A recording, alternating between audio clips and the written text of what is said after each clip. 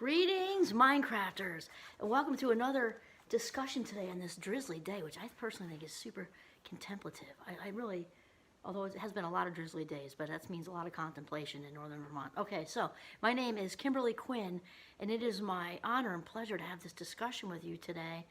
Minecraft discussion on becoming the boss of your brain, right? Thoughts come first, feelings come second, and actions or behavior last, right? So therefore, how we think dictates how we feel, and that's the whole foundation of Minecraft. Today this is even more important because we're going to jump right into aligning our thoughts with our desires with a variety of ways. And one is to shift ourselves out of focusing on what's missing. People don't realize, I mean, like, you know, intelligent, because we just do this, you know, we can be super intelligent and out there doing our thing and being professional, and not, when we're on autopilot, we're not getting sometimes. It's like on the back burner, simmer kind of thing. It's not in the forefront of our heads, which is where we want it to be, that whatever, I mean, hear me when I say this, whatever we think about expands. Thoughts expand. So even if you're in this, like, you know, autopilot, just daydream state, and it's not, if it's healthy, great. But if it's not, well, autopilot's not good ever, really, honestly.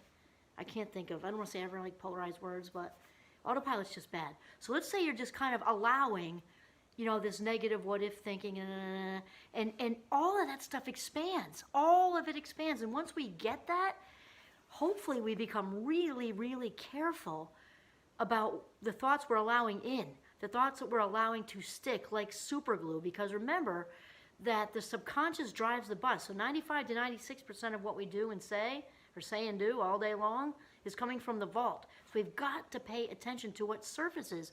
And when we get good at it and talk back to it, our thoughts turn into beliefs. It's like they're like the appetizers to beliefs. Thoughts, when they're kind of like thoughts when they get all grown up, turn into beliefs. And that's what we want if it's a positive way. We want to reboot the system. So we're talking about today aligning our thoughts with our desires, aligning our thoughts with our desires. So we're talking about habits, and habits are really just like an everyday word for unconscious, conditioned patterns of behavior. Here's the thing, though. We all know with habits, even if they're not so good, they become very routine. So in a good sense, that's better, because then they take less, you know, effort and energy once they've kind of stuck. And habits are not made or broken, they shift. The average time for a habit to shift and stick is about 21 days. And we say average because obviously adding fruit to your diet daily, which is a great thing, is not the same as quitting smoking. I mean, there are gradients of it, but this is what we're talking about. So, and changing our words. So, and I hear people say the silliest things as far as what they desire, what they want out of their lives. And sometimes you'll hear something like, I was just listening to Wayne Dyer this morning talking about this. You know, oh, with my luck. I mean, how many of you have heard this? With my luck, it'll not turn out whatever, fill in the blank. With my luck, this will happen. With my luck, that will happen. Think about allowing that stuff. Why wouldn't we say, with my luck, it's going to come out better than it could possibly ever turn out? With my luck, I'm going to get the promotion. With my luck, I'm going to get into the graduate school.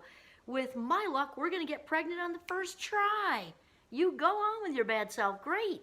Okay? Well, the other thing is, truthfully, it's all about our thinking. Truthfully, though, I want the luck thing. Personally, I don't believe in luck per se, because when we look at our lives, how they are, all the positives, all the negatives, all the whatever, all of us as a whole human person, spiritual being in a human experience, how our lives are a culmination of the choices we've made, right? And Oprah, my dear friend Oprah, she just doesn't know, but we're besties. She talks about, I think, I'm paraphrasing, her definition of luck is when preparation meets opportunity.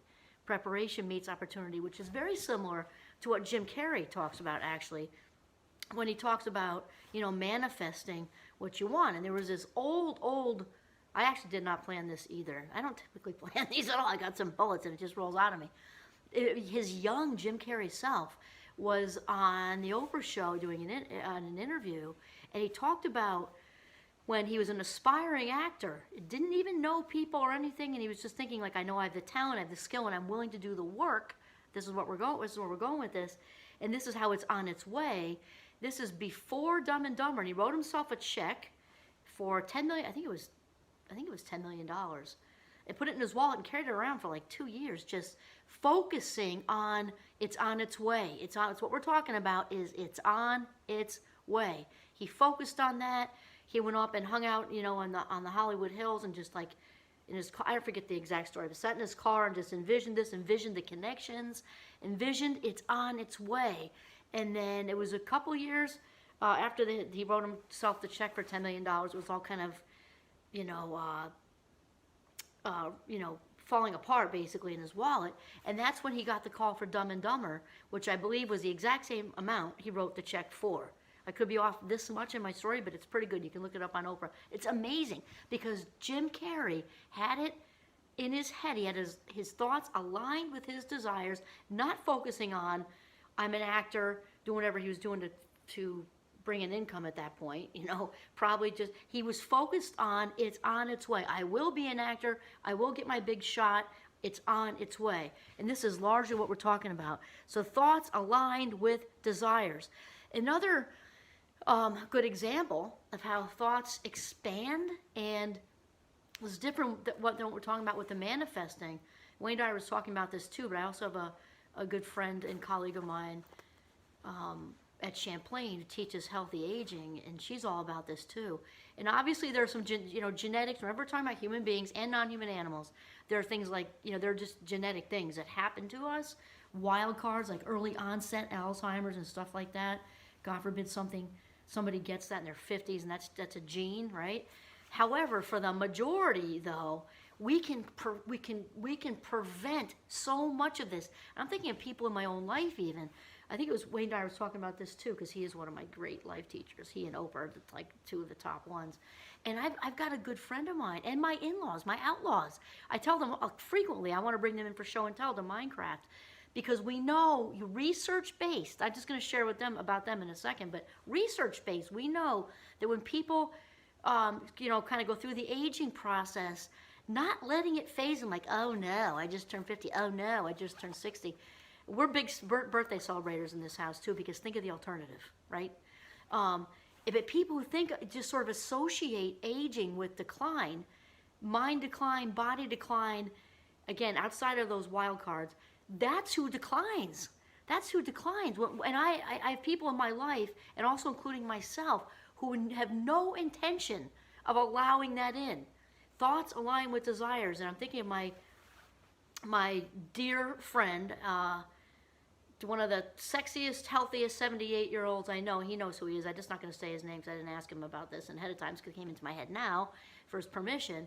But he's on his exercise bike every single day. He's got a resting pulse that's like, I think it's like 50 or something. It's like a runner who's in their 30s. He's amazing. And he walks constantly. He watches everything. He watches what he eats, but it's mostly a mental game. Mentally, when I sit with him at lunch, I see him for lunch like every other week. Nowhere in his head is that he's 78. He'll say it because he gets it. He's not in denial he's 78, but he's one of the youngest minded 78-year-olds I know, because he doesn't allow it in. Nowhere in his head is that he's gonna, I misplaced my keys. Okay, I just misplaced my keys. He reads voraciously. He's aware of what's going on in the world. And the 78 part, it doesn't even fit into his daily thinking. His thoughts are in alignment with his desires, which are to be a spiritual being in a human experience, living life to the fullest. He's got the life by the ass at 78. Somebody I want to be just like. And also, my outlaws, actually, they're returning from Ireland today. And my mother-in-law is 80. She was all over the place. They flew into Dublin, and then they crisscrossed the Ireland because they ended up in Galway. And same thing. Nowhere in their heads. They're talking politics all the time. They're talking what's going on in the world. They're so on their game. And we know research-based.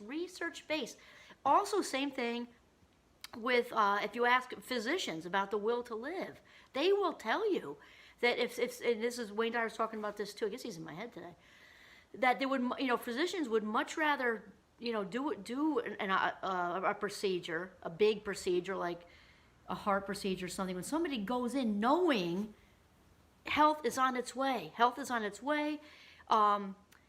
and that freedom, body freedom is on its way because I'm going to get through this, versus somebody who doesn't have that attitude and thinking it's going to take them down.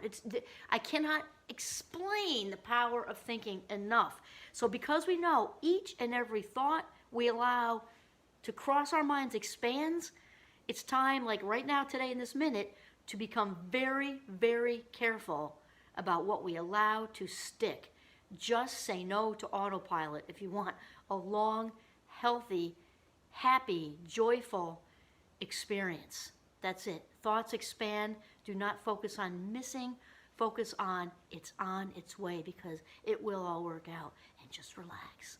This is Kimberly Quinn signing off from my living room in northern Vermont. Have a mindful day.